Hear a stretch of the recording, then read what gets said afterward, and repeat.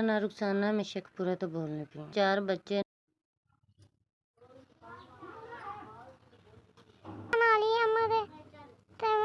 मैं बाहर हो गया दूसरी क्लास पढ़ता सी ते मैं बाहर हो गया मेरे दोवें गुर्दे खराब हो गए सी एक कट दिता एक सही सी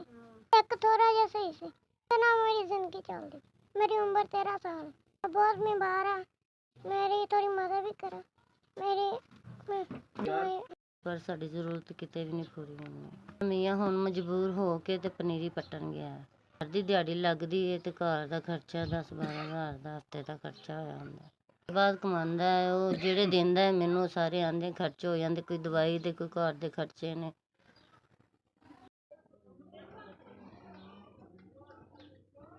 अंकल जी चाचू जी तुहाडी तरफों मैनू 10,000 मिले मेरा अद्धा गुर्दा काम करदा एक है कोई